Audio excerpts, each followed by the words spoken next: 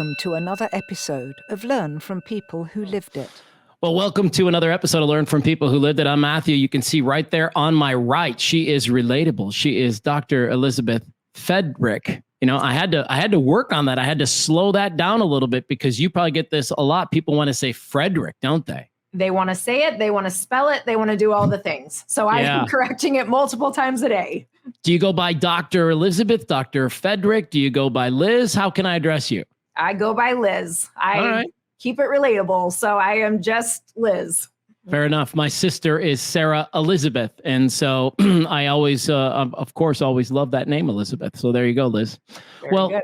Listen, you've got a lot going on, and allow me to introduce you to my audience. And then just so everybody knows, we're going to have this incredible discussion today on walls versus boundaries. It's one of the things that I'm so incredibly passionate about when I go out and I speak to groups about self-care plans, and that being a vital ingredient to taking care of yourself is to understand the difference between the wall and the boundary. And I think Liz is going to help us get there today. On your website, I love what it says. It says sometimes life is just hard, whether it's situational, relational, behavioral, or emotional. At times it can just be stressful and overwhelming. And my goal is to help you sort through the chaos and provide you the tools and the resources needed to create those long-lasting changes. So you work in all kinds of areas you're familiar with, you know, depression, anxiety, relationships, grief, loss, transitions. You've kind of seen it all. How long have you had the DR in front of your name? The DR's only been around for about 4 or 5 years. I've been practicing, though, mental health with my master's for just over 10. So I have seen it all. I started working with children and adolescents, and I have just evolved my practice from there and mostly work now relationship-based and adults, families, couples, things like that. Evolve is appropriately name dropped there. Evolve Counseling AZ is where you can find her online. There are 3 locations, soon to be one in Ahwatukee, which is my hood. So that's going to be kind of cool. When do you expect that to be open? I'm hoping May of this year. Construction should be done and we should be good to go. All right. Well, listen, I don't want anybody to think that Liz and I are best friends that go way back 100 years. In fact, just a few weeks ago, somebody that I follow shared this post right here. I'm going to put this up on the screen for those of you that are watching. And this idea behind walls versus boundaries, like I said a few minutes ago, when I go out and I deliver my motivational speaking, I spend a few minutes talking about walls versus boundaries, you know, and I put it pretty simply. It's like, the problem with the wall is none of the good people can get through either. And so the boundaries, they take a little bit of time. They take some understanding. They take maybe some cognitive therapy tools to get your head around how it's going to look, taste, touch, and feel. But ask anybody who's got healthy boundaries, how they feel about their life. And I'm betting they like their life. I'm betting that they like the way that they have chosen to live with that kind of intention. And so what about walls versus boundaries, Liz, gets you excited? And why do you feel like that's such an important thing to put up on your Instagram account? Yeah, the boundaries in general, like you're saying, are such an important topic, and it can be really hard for people to grasp. And this idea that there are really 3 types of boundaries. So there are our porous boundaries. This is where you don't really have boundaries at all. We can't even really call them boundaries. It's more maybe a mere suggestion of how you would like to be treated, or no suggestion at all. And then we go into rigid boundaries, which is this other end of the spectrum. And this is the walls. And these are, it really goes beyond a boundary. It is dictator. This is black and white. There is no room for change or flexibility. And then in the middle are healthy boundaries. And this is really the concept of boundaries. And healthy boundaries should be firm, but flexible. So they're clear, they're fully stated. This is how you can treat me. This is what you can say to me. This is what you can do around me. But there's flexibility to it, because the fact is we are ever changing individuals. And so that flexibility is crucial. And the reason it's so important to me is personally, I tend to sometimes fall into the wall side. And so it's a good reminder for me that boundaries don't have to be walls. Yeah, so let's talk about that a little bit. It's my understanding over the last couple of years, as I've been really doing a deep dive into my own mental health and wellness, that a lot of these I call it an operating system. A lot of the way that we operate stems from our childhood.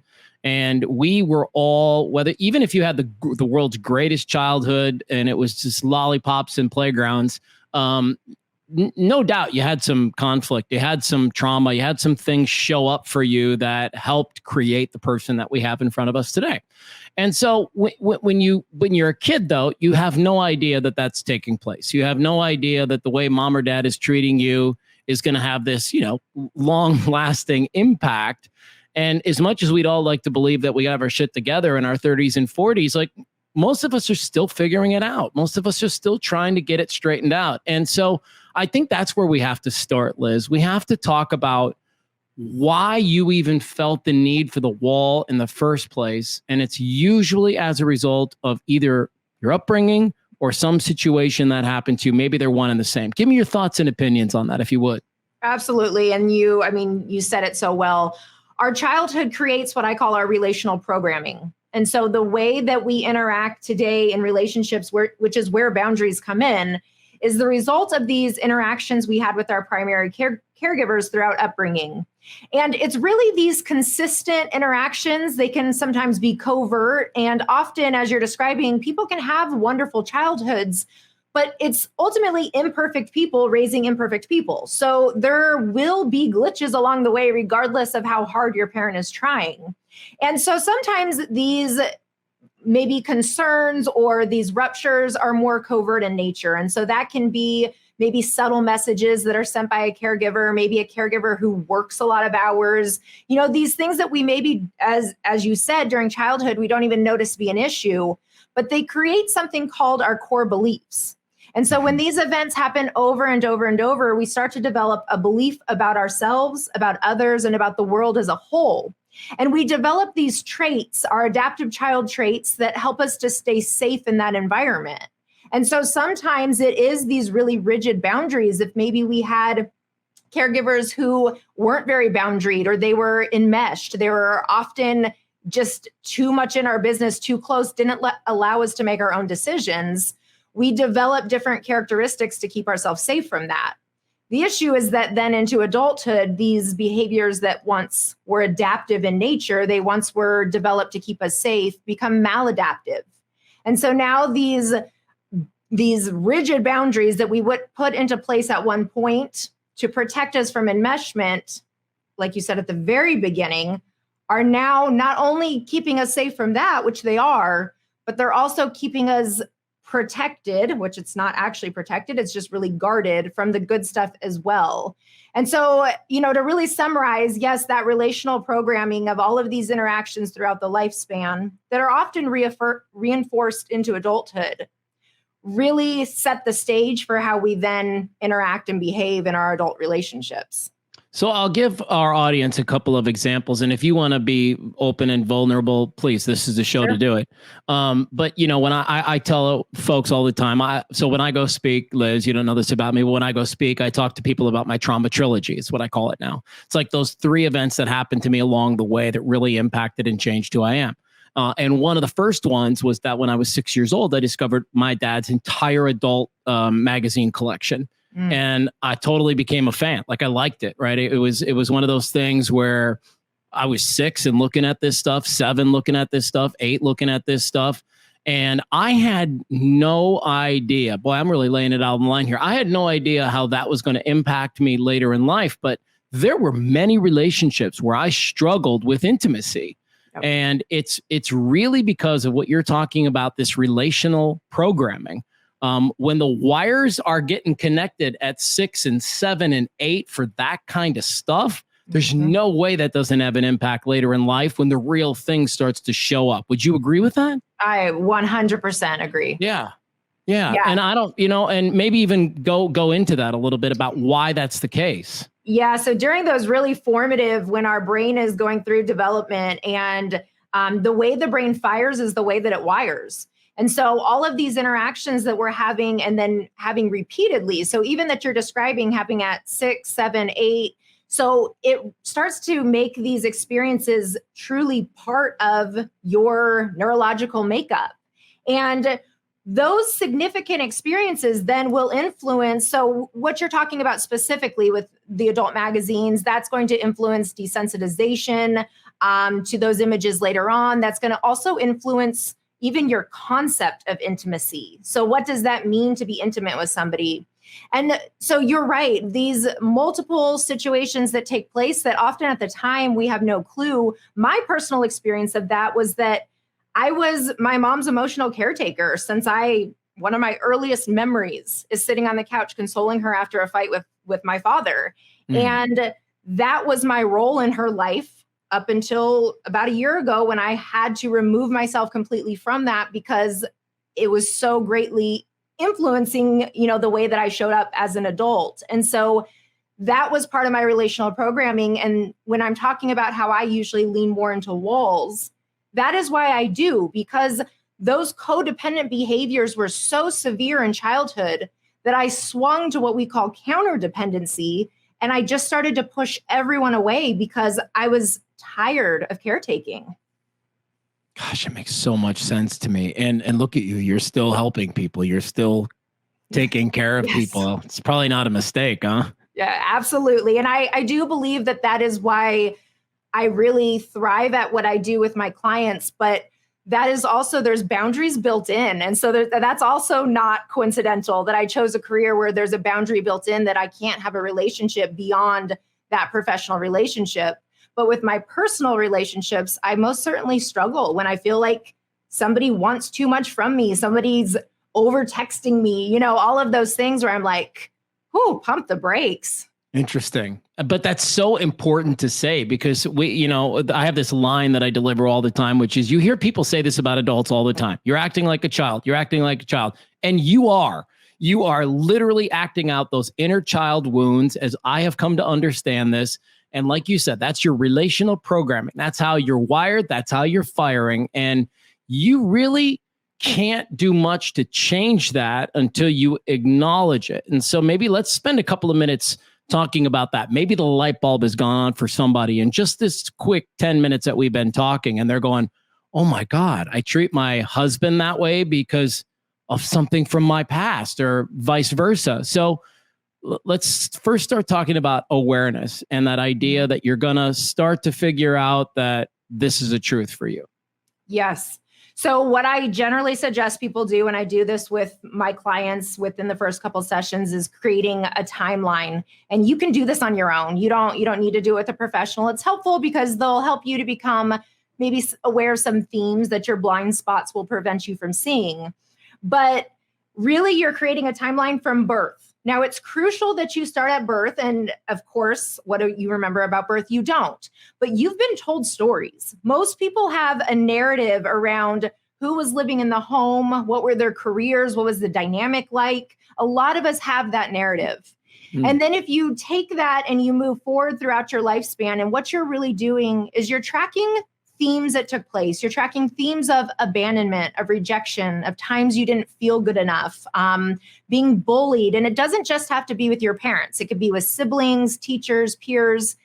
And when you look back on all of those significant events, really making sense of like, okay, that repeated. Okay, yeah, that makes sense why this feels triggering to me as adulthood. And that self-awareness, which completely to your point, is key. Because without that awareness, we don't know, why am I being triggered and what does it mean?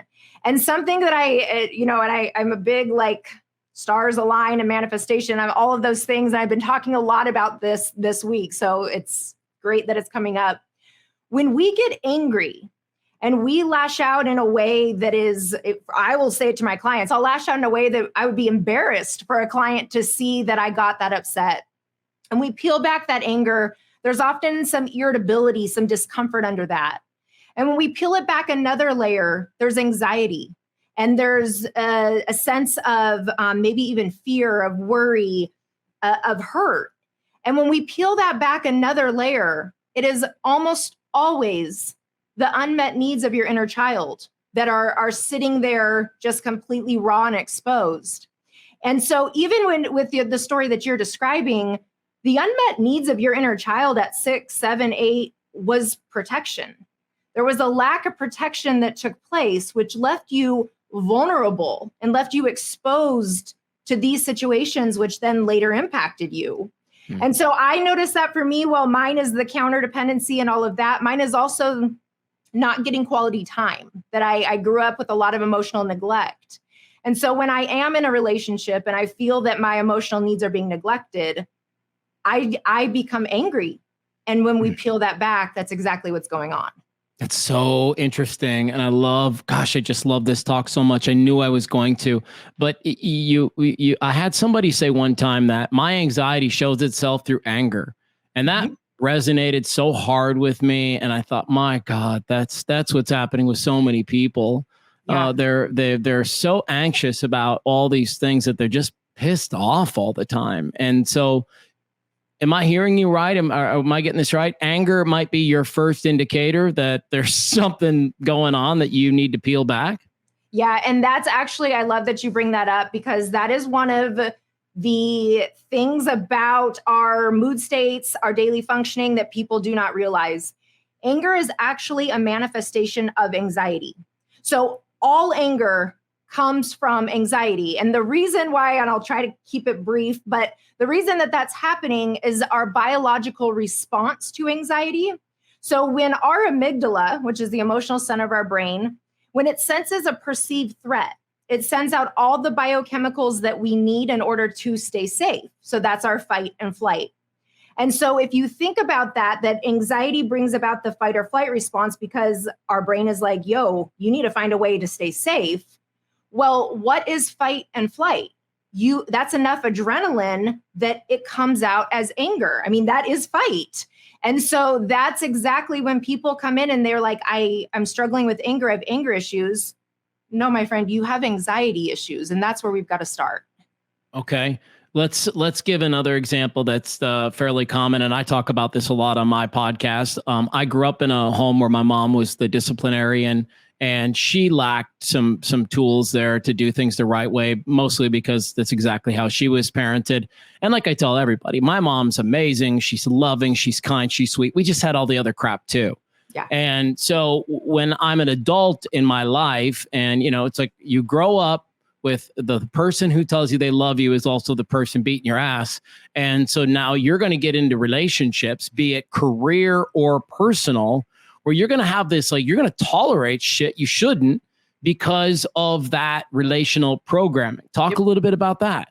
And that's exactly what happens. So these interactions, they create that framework for what we come to expect out of our adult relationships, what we think is normal, what we think is acceptable, and what we even seek out.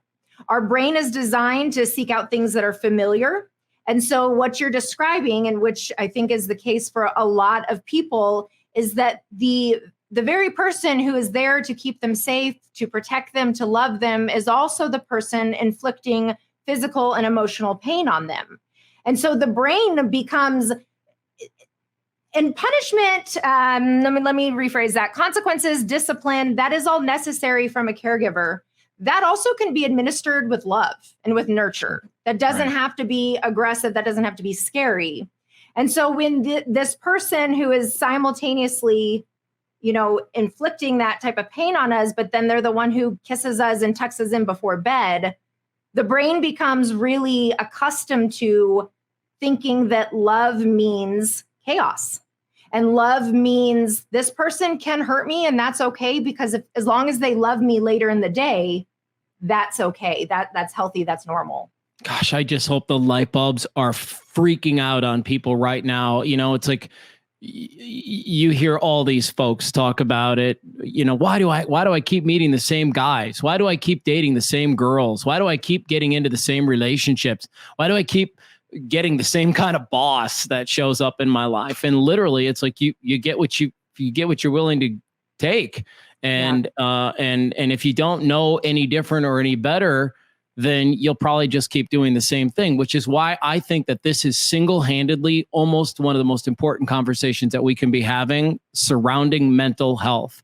Is until you work on your stuff, we all have to deal with your stuff. And I want people to understand the power of being on the other side. And I'm sure you see it all the time, Liz. That is a terrifying thing to do, to acknowledge, number one, that you might not like somebody who's close to you, or you might be angry at them. That's a hard space for people to be, especially if it's a mom, dad, brother, sister, husband, wife, right? Yeah, for a lot of people, that equates to betrayal. So that's a really hard thing to even admit, is that we have resentments towards somebody, because you have to also think about the messages that are sent. I put a roof over your head. I gave you food. I took good care of you. And we're told that message over and over. There's a really interesting book by Jonice Webb. I believe it is Jonice Webber, maybe, Running on Empty. And she talks a lot about the toll of emotional neglect and these different things that we're talking about, that a lot of the research is indicating it's less about what happened to us in childhood. And I shouldn't say it's less, but I guess in addition to also what didn't happen. So a lot of previous research was focused more on these overt abuse, overt neglect, without realizing that also the good things that didn't happen, which we see take place in emotional neglect situations, also lead to these unprocessed trauma behaviors in adulthood. And so, as you're saying, for the people that are listening, yes, you might have had a roof over your head and you might have had food to eat and clothes on your back and all of those things. And you maybe didn't have anyone to hold you when you fell and skinned your knee. You maybe didn't have anyone to help you with your homework. You didn't have anyone to tell you you're going to be okay. And that is painful. And that takes a toll on you. And isn't it also important to note, because I do a little work with this Love and Logic, and I love the philosophy and the parenting philosophy surrounding it. And the one thing they're clear to say is, like, listen, it's impossible. There's no caregiver or parent in the world is going to meet every single need of every single child. Like, it's just impossible. We're going to slip. We're going to mess up. You and I are both parents. We've fucking made mistakes. I mean, we've done things we wish we hadn't done. But I think it's neat that you're doing work with a lot of children, because that's the level in which we can maybe get to these guys early, hear them, see them, give them better tools than we all had growing up so that they can process this information in a different way. Do you think that this mental health, mental wellness movement that's bubbling up right now in the most beautiful way, do you believe that we're going to have a different generation of people in the years to come? I sure think so. I don't see how we couldn't. We're going to have a lot more self-aware people, if nothing else. I would definitely say that. And yes, with the children and the adolescents we're doing work with, and that's originally what I did start working with, like I told you before we started recording, that was the population and it was exactly because of that I wanted to get in and be able to help break the cycle. However, as my career grew, I started to realize that my passion was to work with the parents, because I was with their child for maybe an hour a week, an hour every other week. But if I could instill these parenting skills into parents to help that their interactions the other 6 days a week, that they were able to meet their child's emotional needs, that is where I really saw such a profound impact. And as you're saying, parenting is you will never be perfect. So if you try to be perfect, those expectations in and of themselves will screw you up. But there is such thing as good enough parenting. And that means that we're showing up consistently and we're meeting a majority of the needs. And then also keeping in mind that it is not about the rupture, it's about the repair. So there's a very good chance you're going to rupture multiple times a week with your child. You are human, that's inevitable. But how are you handling that after? Are you going to seek out your child and letting them know, hey, the way I talked to you is not okay. I'm really sorry for that. Let's talk through this. That is the repair, and that's what makes the difference. Let's segue in a little bit about this boundaries and walls in a moment. But first, let me ask you let me get your thoughts on this. Okay, so I'm listening to this podcast. I realize that I'm not a perfect parent. That's the first time that light bulb's gone on for me. And now I feel bad. Now I feel so bad. And I don't even know what to do anymore. And the problem, as far as I can tell, is if you allow yourself to feel crappy, you'll probably treat people crappy.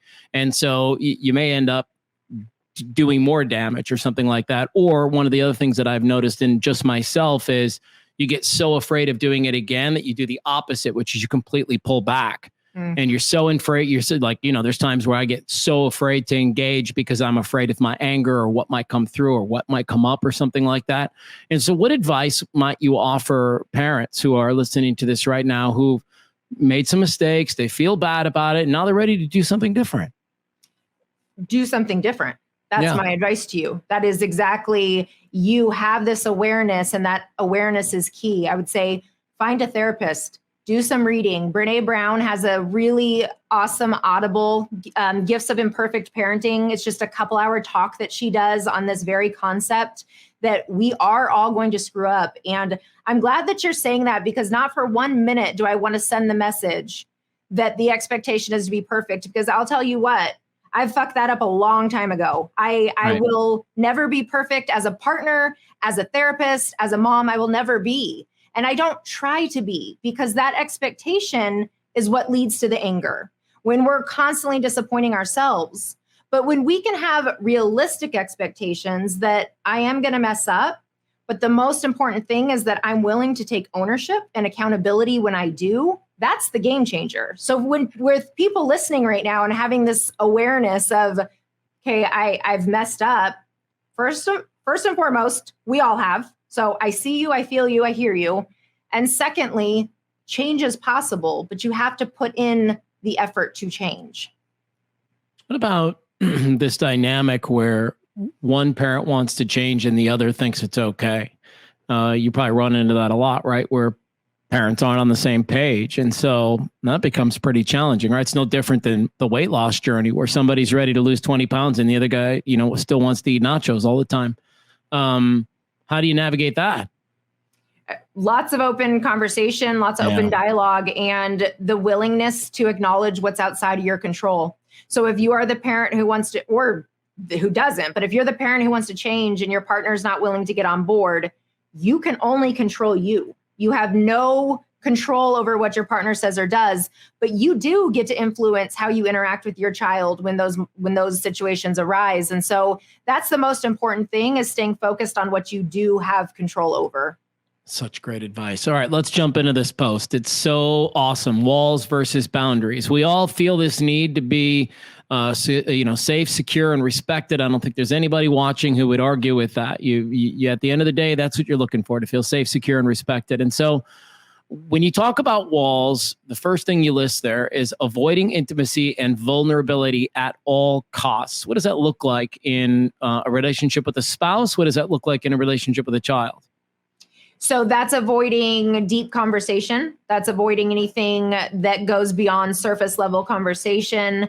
That's even avoiding intellectual conversations, political, spiritual, anything where you have to give an opinion or hear someone's opinion. It also involves oftentimes physical touch.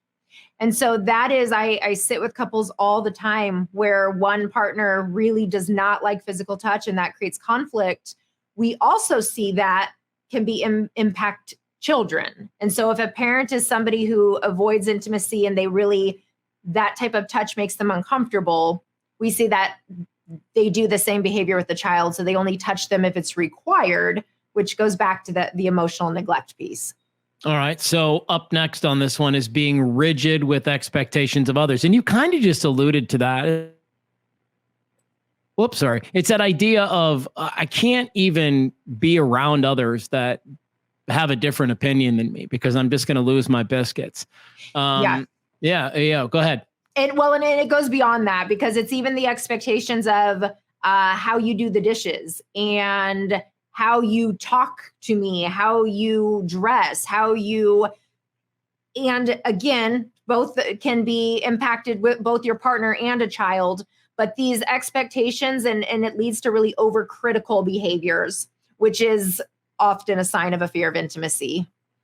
When you're talking about walls versus boundaries, just so I know, do you like to kind of go back and forth, or do you feel it's beneficial to talk about what it looks like to have walls and then have conversations about boundaries?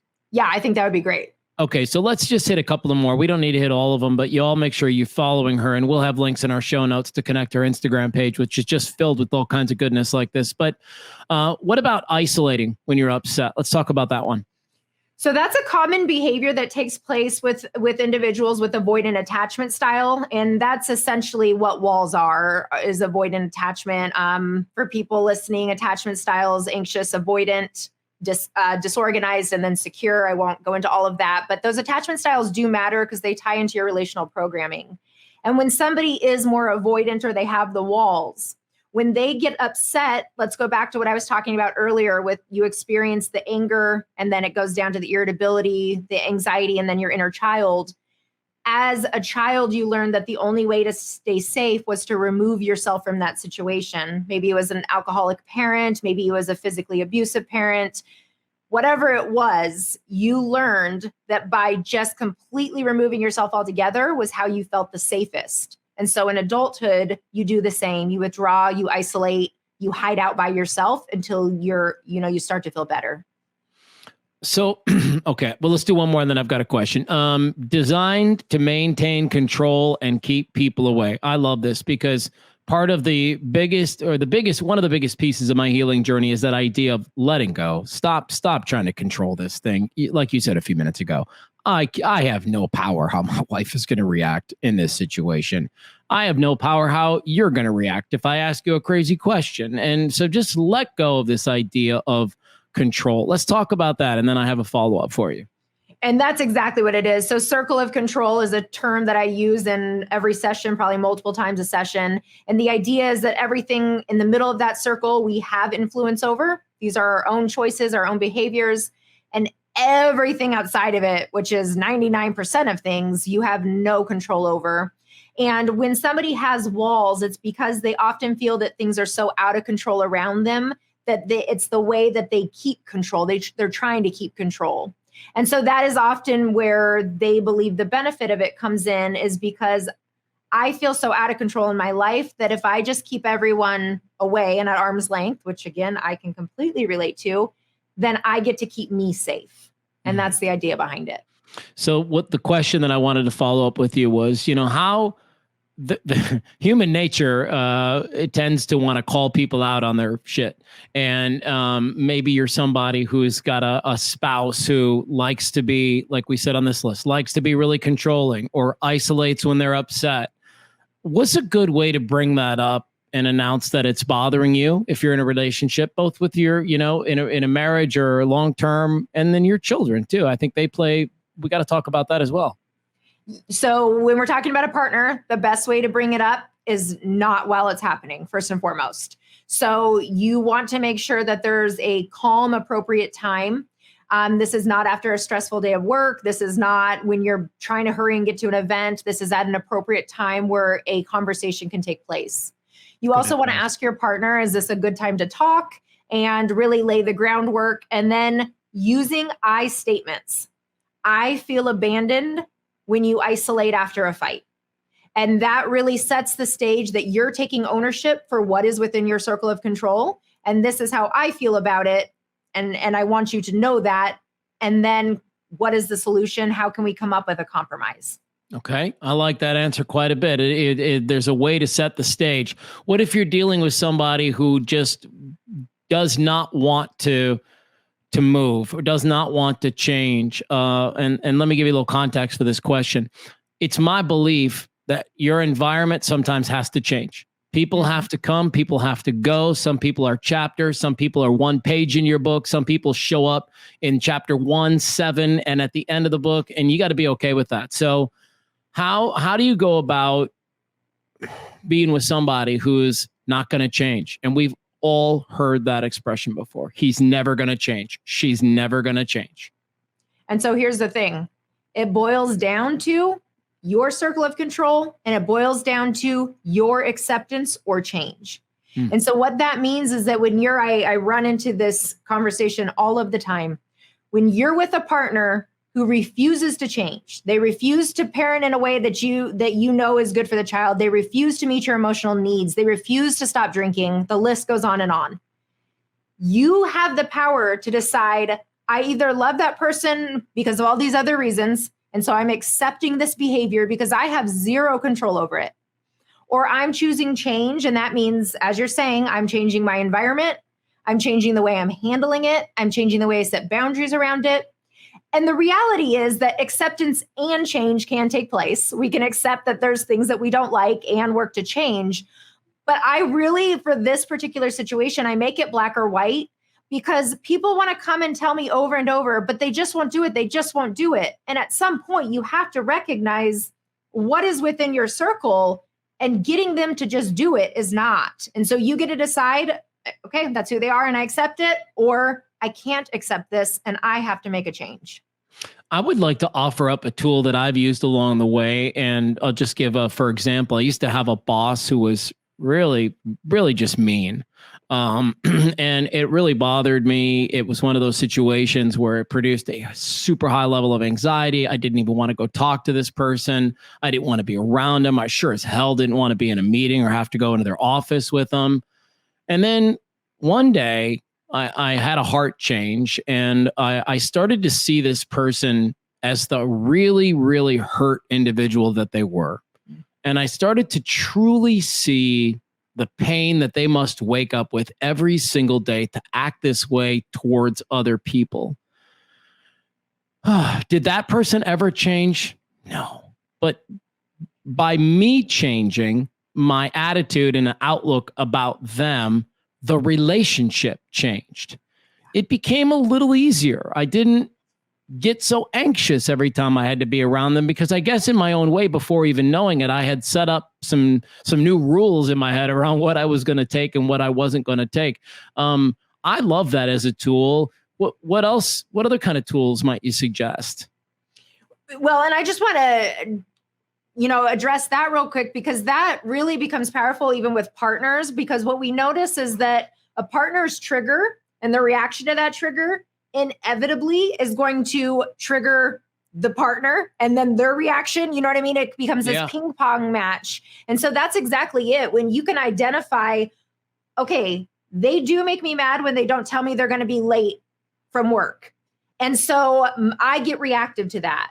But my change in this situation could be, instead of getting reactive, I could do X, Y, and Z instead. Well, then that might influence the situation over here. And so I love that you're bringing that up, that our change does not always have to be leaving. Sometimes it's just handling the situation differently, and that can make a big difference. Some other tools, though, truly go to therapy, read some books, listen to podcasts like this, get the knowledge that you need to really understand what's going on, so that you can make more informed decisions when you're addressing these really hard situations. That's great advice. That's great advice. All right, with our last 10 minutes or so together, let's talk about boundaries. It's one thing that we all need to do a little bit better job of, myself included. So number one on your list is clearly defined expectations around how others can treat you. What does that mean? I mean, I know what it means, but I want you to break that down a little. Yes. So by no means am I suggesting that you make a Bible of all the different things of every part of your life that you're going to present to people. Right. But if there are situations that come up, so let's use the late from work example. A boundary around that would be, if you're going to be late, I need you to please let me know. And that can get a little wonky because you're asking for something rather telling them they can't do something, and they can choose whatever they want to do. But that would be an example of that, is that, can you please text me if you're going to be late? Or if, let's say, after a long day of work, maybe your partner is constantly wanting to come hug you and smother you with physical touch. And maybe that's really overwhelming when you're stressed out. Hey, when I get home from work, I just need about 20 minutes, and then I'll let you know when I'm ready for physical touch. That would be a very clear boundary where you're giving some type of time frame. We're keeping it firm but flexible, but you're letting them know specifically what you're okay with. Love that. Flexibility when expectations, or with expectations when appropriate. Let's shake that up, because that seems to be our whole world right now. We're absolutely moving into a space where post-COVID, we're learning to live with each other again in a lot of ways. And in a lot of ways, I think we've all seen examples of people have forgotten what it's like to be around others. And so this idea of flexibility with expectations when appropriate, I like this. So tell me what you mean by that. So with the example I just gave, even about the physical touch, that might mean we're not going to set a timer for 20 minutes every day when we get home. That might mean that there's some days where maybe they had a really hard day and maybe they need you before the 20 minutes is up. Okay. So maybe they're melting down about something. Okay. We're going to take that into consideration. We're not going to say, nope, the 20 minutes is still, no, you have a need and I can be flexible in this moment to meet that need. And so that's where the flexibility comes in, that we have these expectations that are generally the rule, but we're willing to take in the context. We're willing to see things beyond ourselves and be flexible when appropriate. But it's when appropriate, because when it becomes violation of self, that would not be considered appropriate. And let me just put this disclaimer as well. This is all very gray. This is all very nuanced. This is all very specific to each individual. So even as you are hearing me talk, if something doesn't feel true to you, doesn't feel right to you, if something activates your nervous system, then you might do it a little bit differently. But this is just the general rule book of how we can set these boundaries. Gosh. All right, here we go.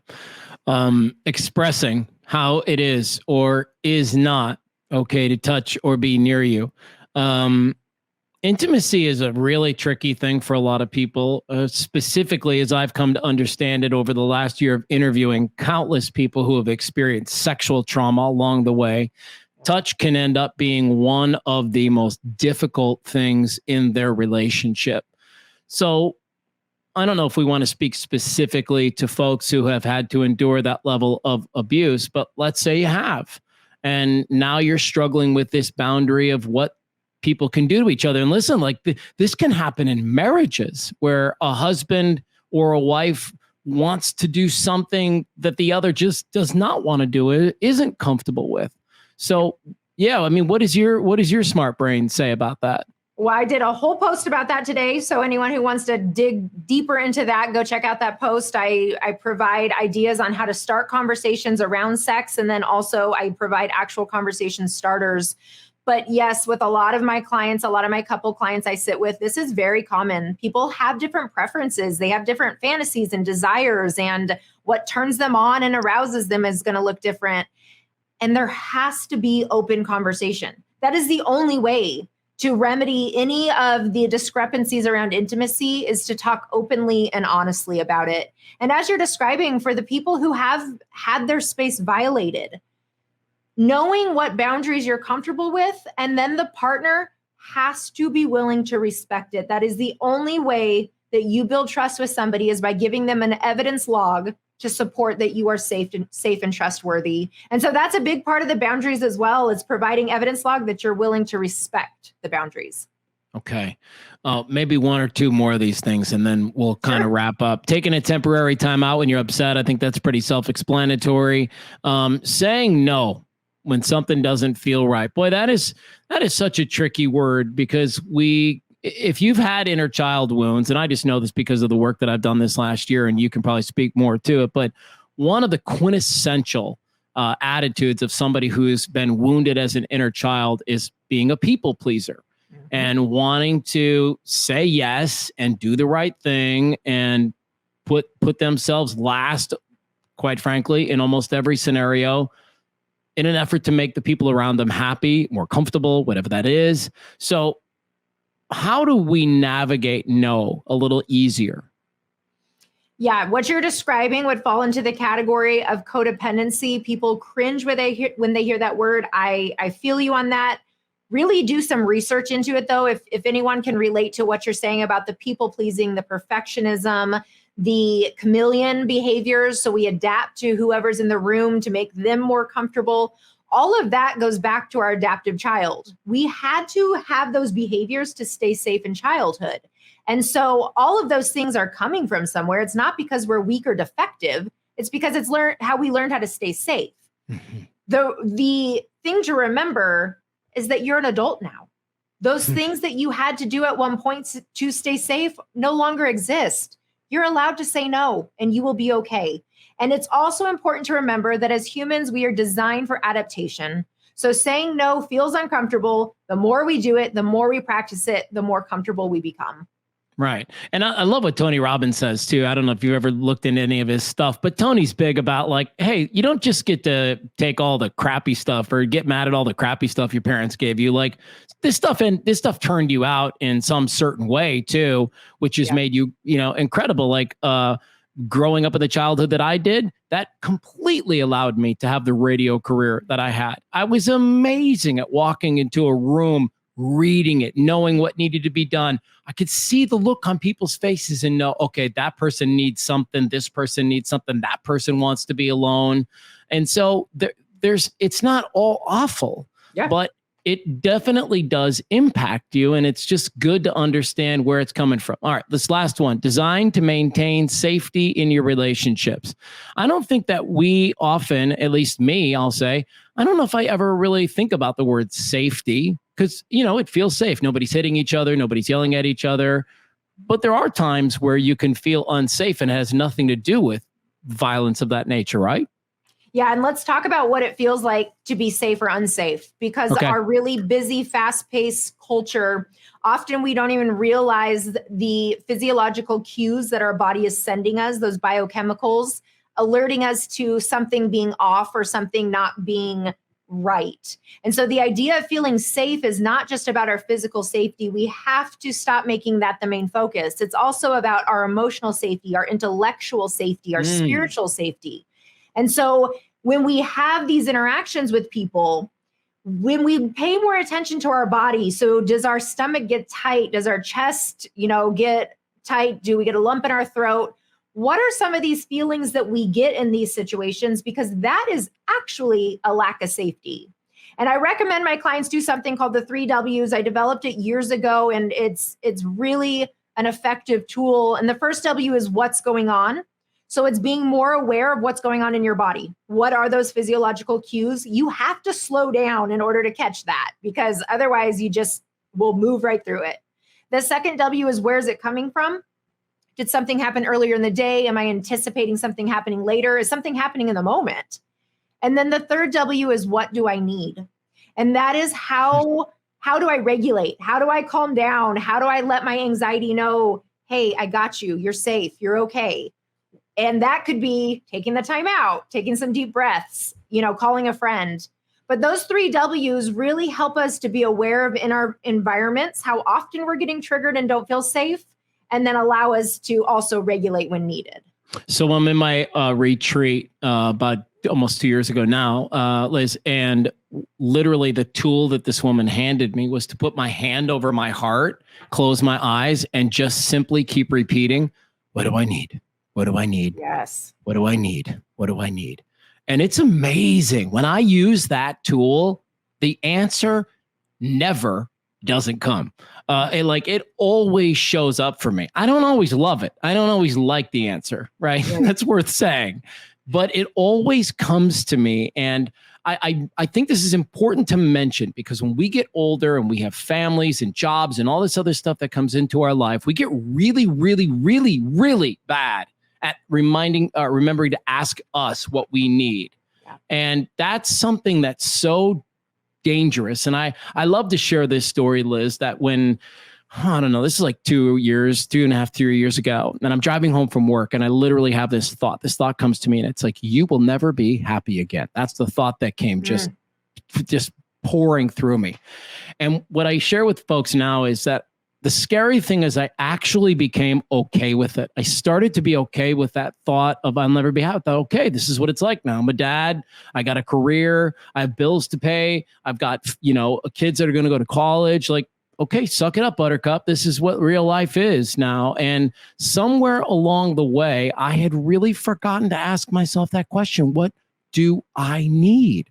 And the moment that I reconnected with myself, really, my life started to feel better, not worse. It started to feel better. And I was able to kind of wake up in a sense and go, you need to do that for you, because that's important. So will you just kind of end on that note of what do I need? And parents who maybe forget to ask themselves the questions and ways where they might start to reconnect with themselves a little bit. Yeah. And the what do I need can be change. It can be environmental. It can be needing comfort, needing affection. When I stop and ask myself, what do I need in a very similar way, I'm often going back to my inner child. So what does that little girl need? What does that little 5-year-old girl crying in her room need? And she needs to be attended to. She needs affection. She needs a kiss on her forehead and to be told everything's going to be okay. And doing some of even that symbolic work can be really powerful in those moments for you to really imagine whether it's your adult self providing that or somebody safe in your life providing that. But the what do I need? It's sometimes that simple. Like, I just need to feel safe in this moment, and that's how I'm going to do it. And then sometimes it's much bigger and much more profound, and it's, I need to change careers. I need to change partners. And then sometimes in the middle, like, I need to go get a pedicure. I need to go to the movies. I need to go call my best friend. Yeah. But stopping to ask the question, that's the most powerful thing. This has been one of my favorite chats in a long time. I can't thank you enough for being on. Our 45 minutes absolutely flew by today. And I had every intention of having this whole intimacy conversation with you too, that I'm going to just pray that our stars align and we get to bring you back and have that, because it's such a critical piece of the puzzle. Dr. Fedrick is also a professor at GCU, which I learned that about you today. That's kind of fun. And if you want to look her up at evolvecounselingaz.com, you can. I'll put links in the show notes to her Instagram, which I think is a must follow. I really mean that. There's a lot of really bad Instagram accounts out there, and yours isn't one of them. Clearly, you care about what you're putting up. You're thoughtful about what you're putting up, and there are no mistakes in life, right? Like, if you come across her feed and there's a post that smashes you across the face, you were probably supposed to see it that day, right? Absolutely. Oh, wow. Well, Liz, if I can be an advocate for you or help you out in any way, I hope you'll let me know. And is there anything we've left off the table today with regard to walls versus boundaries that we want to end on or drive home? No, I think this was a beautiful conversation. I'm very grateful for you to give me this space to do that and to share this information. And yeah, I'm very grateful for you. I'm very grateful for the work that you're doing as well. It's so important and much needed. So thank you so much. We have 3 goals with Learn from People Who Lived It. 1, to help you feel less alone. 2, encourage you to seek out a coach, a therapist, a church, anyone who can help you get through your journey and find some healing. 3, when you're ready, share your story with us.